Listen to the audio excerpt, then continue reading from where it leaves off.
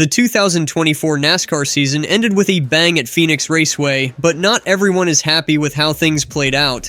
Kevin Harvick, the 2014 Cup Series champion and current Fox Sports analyst, has been very vocal about his issues with NASCAR's officiating, playoff format, and the general state of the sport.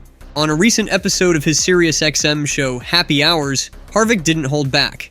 "I think the officiating has to be better," he said. "I think it was awful in certain situations. They have to be more proactive in putting people in the right positions to try to get in front of things instead of reacting to things when they're wrong." Harvick specifically called out the inconsistency in late caution calls, saying they just need to be cleaned up. This has been a sore spot for fans and competitors alike, with the perception that cautions are sometimes thrown or not thrown to manufacture drama rather than in response to on-track incidents. To be fair, Harvick did give credit to NASCAR for admitting when they make mistakes. Now, on the flip side of that, they've done a great job of saying, "Hey, we screwed up." I think Elton Sawyer and NASCAR in general have done a great job of admitting things, but far too many things have to be admitted as we've gone throughout the season. But admitting mistakes is one thing, avoiding them in the first place is another. Harvick believes NASCAR needs to take a hard look at their officiating processes in the offseason. He also had some suggestions for other areas of improvement. Harvick would also like to see a stronger regular season point system and believes improving short-track racing should be a high priority.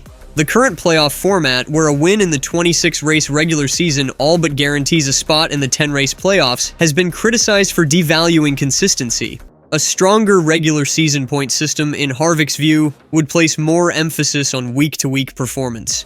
As for short-track racing, it's no secret that many fans feel the quality of racing at tracks under a mile in length has suffered in recent years. Harvick is apparently among them, and he wants to see NASCAR make it a high priority to improve the on-track product at these fan-favorite venues. But Harvick's most biting comments were reserved for the controversies surrounding Joey Logano's championship and the alleged race manipulation by certain teams and manufacturers. Every NASCAR season has something or the other that it is remembered for.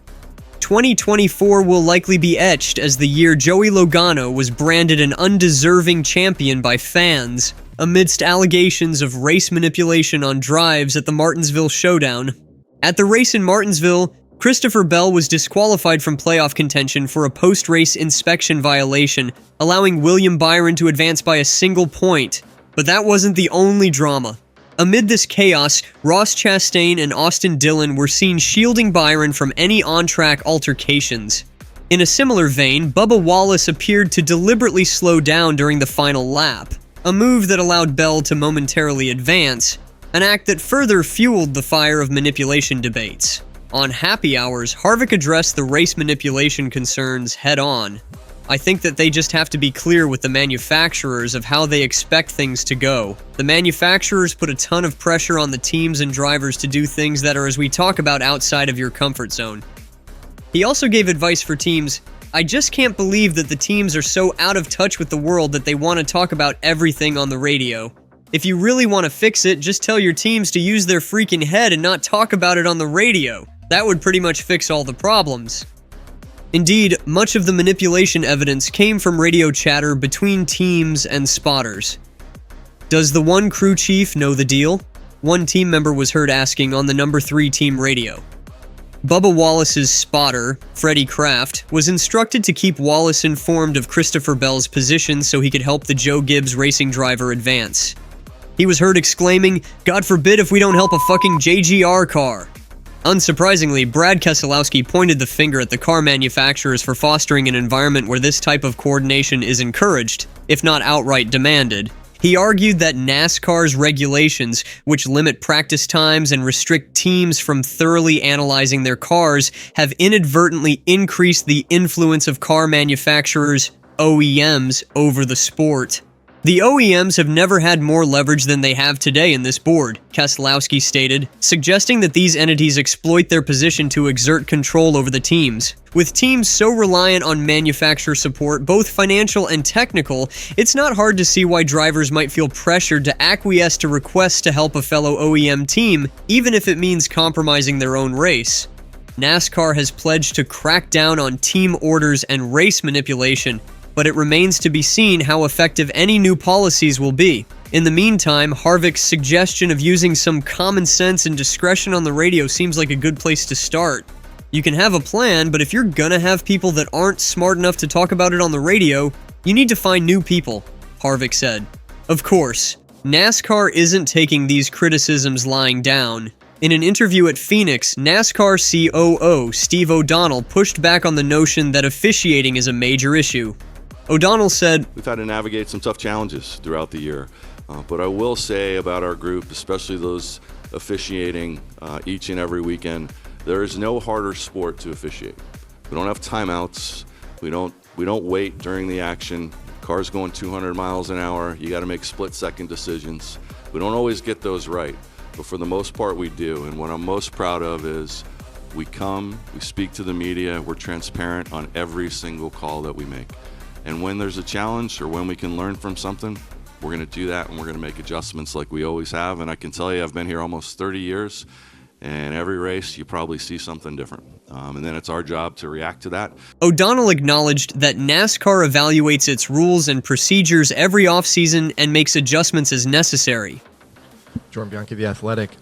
This is probably a question for OD. You talked about officiating. Officiating's had several controversial moments this year. It seems to be kind of following a pattern in the last few years. Is there anything that you'll be doing over the off-season to maybe look at revamping the officiating process to try to get this more streamlined so you have less of these moments? Can you name one sport that doesn't have officiating questions throughout the year, right? So absolutely, every year we address those, and I think a lot of it is around technology, right? And a lot of it's around formats that you look at and different things that come into play now.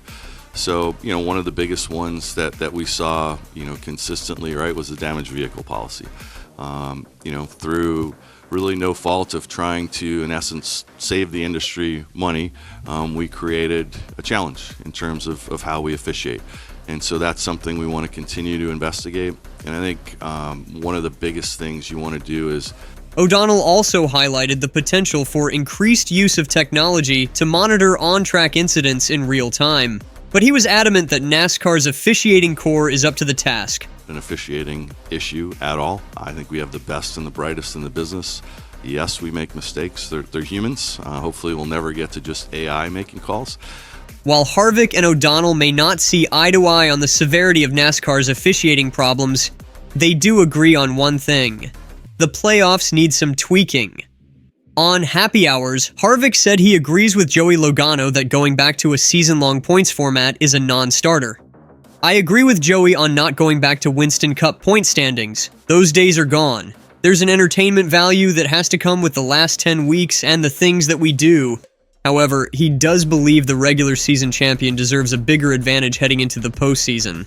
I think the big question is, what is the weight of the regular season, and where does that regular season champion fall? We talked about putting them in the championship 4. We started a conversation last week that was fun and intriguing to me, and I think that when you come back and look at those things, maybe that champion goes into the final 8, maybe not the final 4, and having to earn your way to the end. Harvick also pushed back on comparisons between the NASCAR playoffs and other sports. You can't compare this to football and baseball and basketball, and this team got eliminated and that team got eliminated. Well, let's also remember those teams are getting 3 out of 5 or 4 out of 7 chances to get eliminated. It's not a single race, it's not a single game outside of football. This is a fair point. The Game 7 mentality works for stick and ball sports, but auto racing is a different beast. A blown tire, a pit road penalty, an ill-timed caution. There are so many variables outside a driver's control that can ruin a race, and by extension, a championship run. Having more than one race in each round of the playoffs would mitigate some of that randomness. That being said, Harvick acknowledged the difficulty in finding the right balance.